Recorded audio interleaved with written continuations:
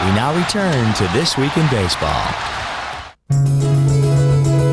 Every summer, when the eyes of the baseball world turn to Cooperstown, we are reminded of the game's history and what our national pastime was like in days gone by.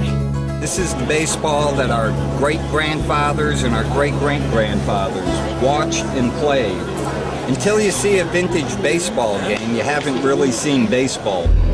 Recent revelations about the game's possible origin in Pittsfield, Massachusetts, inspired a national vintage baseball broadcast and made old-time baseball a hot topic.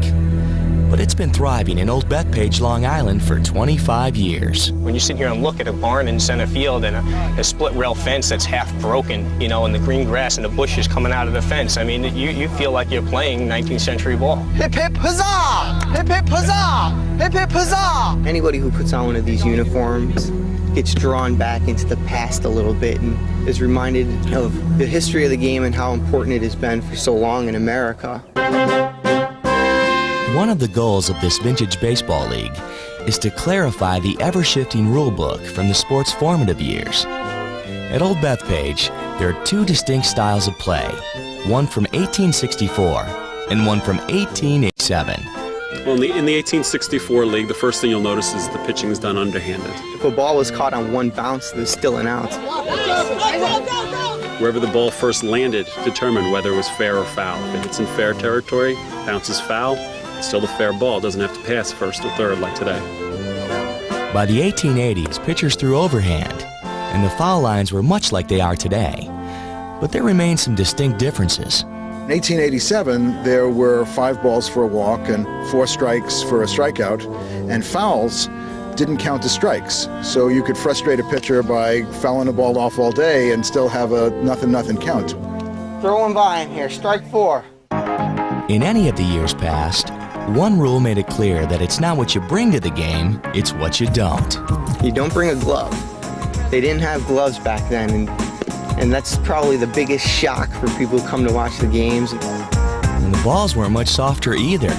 The balls we use here are just a step below the major league level hardness, so it does hurt. Whether it's a line drive or it's a throw from short to first, you have to learn good mechanics, which is basically to catch with soft hands. No doubt the look of the game takes some getting used to. But then, so does the way it used to sound. All right, gentlemen, let's use the willow here. See a red hot daisy cutter here.